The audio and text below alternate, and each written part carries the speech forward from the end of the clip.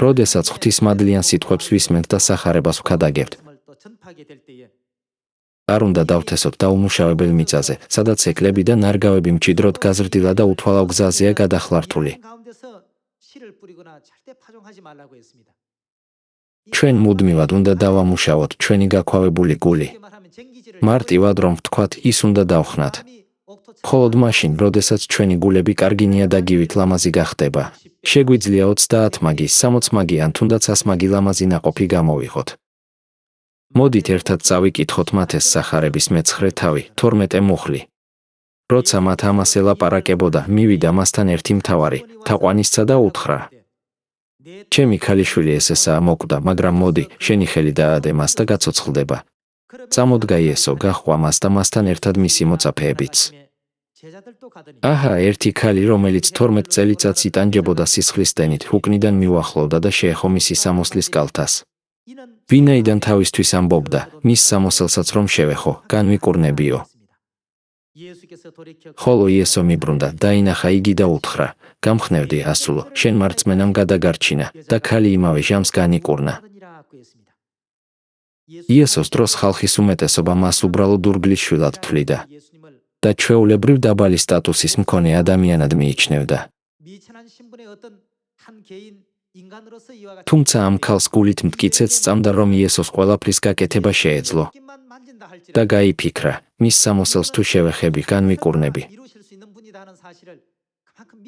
მიუხედავად იმისა, რომ ყველას ადამიანის მსგავსი გარეგნობა ჰქონდა, უხილავ სამყაროში თითოეულ მათგანს რწმენის განსხვავებული დონე ჰქონდა. იესომ იცოდა იმ ქალის გული, რომელმაც ჩუმად შეეხო მის სამოსელს და უთხრა: ქალო, შენ მარწმენამ განგკურნა.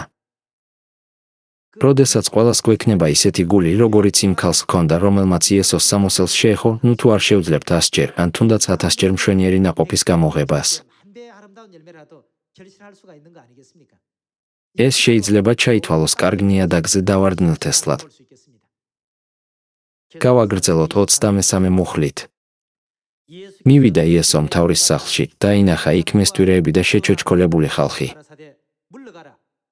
უთხრა მათ: წადით აქედან, რადგან გოგონა არ მომკვდარა, არამედ სძინავს და სასაცილო დაიგდეს იგი. როცა ხალხი გაიყვანეს, ის შევიდა, ხელი მოჰკიდა ხელზე და წამოდგა გოგონა. და მთელი მხარეს მოედო ეს ამბავი. როცა იესო იქიდან მოდიოდა, ორი ბრმა აედევნა. ყვიროდნენ და ამბობდნენ: შეგვიწყალე, დავითის ძეო.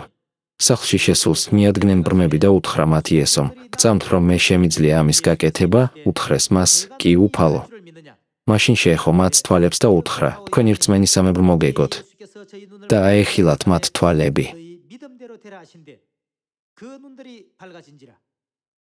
ამ ხალხის გული მართლად ნაყოფიერ მიწას ჰგავს.